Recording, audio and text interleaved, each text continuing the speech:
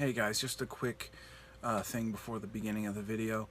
I am talking about The Killing Joke today, and the comic does have some sexual harassment in it, or at least implied sexual harassment. I don't think they ever really come out and say it. And the panels do depict a little bit of that. So if that sort of thing bothers you in some way, or it's an issue, like a big issue for you, I just want to warn you now. I hope you guys enjoy the video, and let's get into it.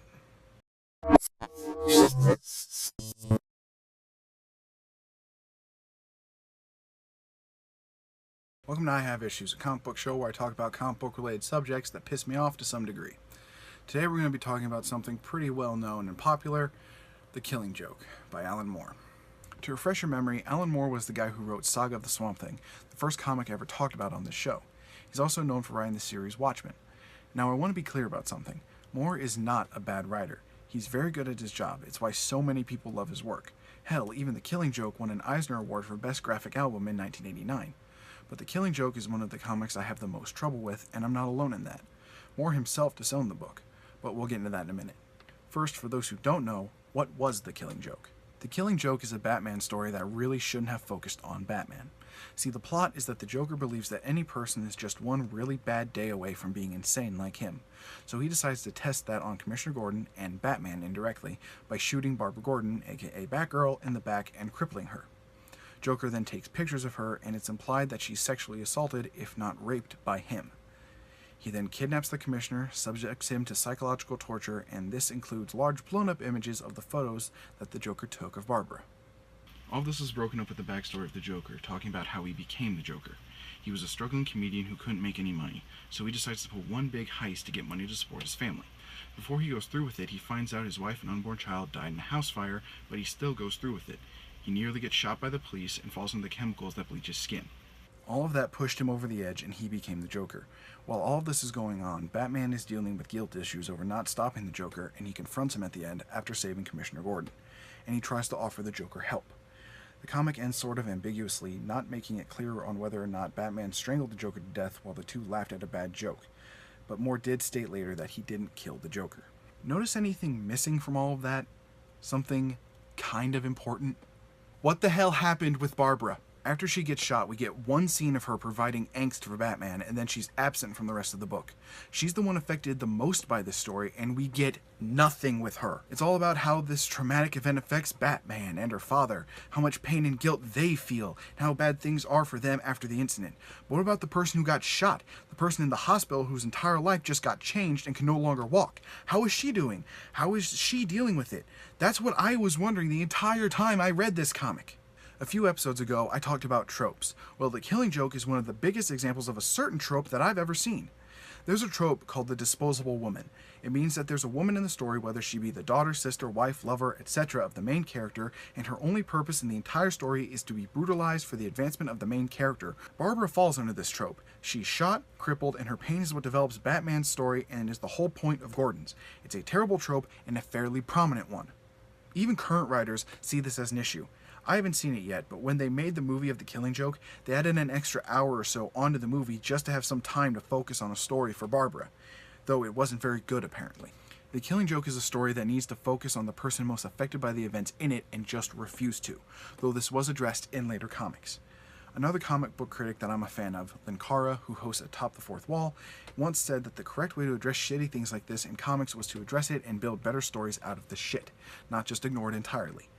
And thanks to comic book writers Kim Yale and John Ostrander, Barbara got something out of this. She became Oracle, working as a supporter for other heroes in the field and gathering intel for their missions and using her detective skills to help them.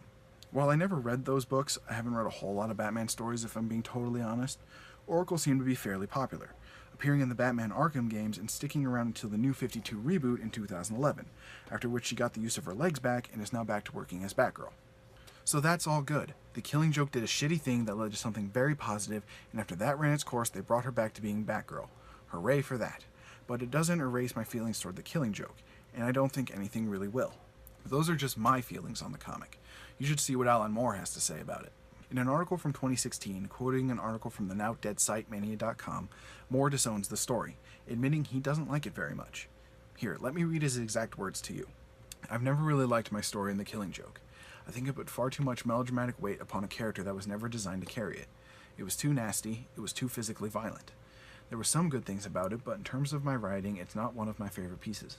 If, as I said, God forbid, I was ever writing a character like Batman again, I'd probably be setting it squarely in the kind of smiley uncle period where Dick Sprang was drawing it, and where you had Ace the Bat Hound and Batmite and the Zebra Batman, when it was sillier. Because then it was brimming with imagination and playful ideas. I don't think that the world needs that many brooding psychopathic Avengers. I don't know that we need any. It was a disappointment to me how Watchmen was absorbed into the mainstream. It had originally been meant as an indication of what people can do that was new. I had originally thought that with works like Watchmen and Marvel Man, I'd be able to say, look, this is what you can do with these stale old concepts. You can turn them on their heads. You can really wake them up. Don't be so limited in your thinking. Use your imagination."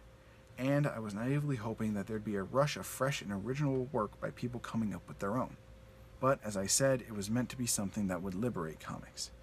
Instead, it became this massive stumbling block that comics can't even really seem to get around to this day. They lost a lot of their original innocence, and they can't get that back. And they're stuck, it seems, in this kind of depressive ghetto of griminess and psychosis. I'm not too proud of being the author of that regrettable trend. Moore dislikes this comic more than I do at this point, and his story has influenced and shaped most, possibly all, of comic history for the last several decades at this point. Batman's dark and gritty tone developed from The Killing Joke and its popularity, and that put the Batman comics on the path that they are now. And yes, there are several good stories out of that I enjoy. But it didn't just affect Batman. Batman is one of the biggest comic book characters in history, arguably the biggest, and writers are going to take notice of that, trying to mimic what happens there to bring that popularity to their books. Hell, that was one of the biggest criticisms of the New 52. Too many of the stories were trying to be like Batman. Is that terrible? I mean, not necessarily. I enjoy modern comics quite a bit. It's just a shame that such a shitty story was the thing that helped shape it. Modern comics and Batman will never change after something like this.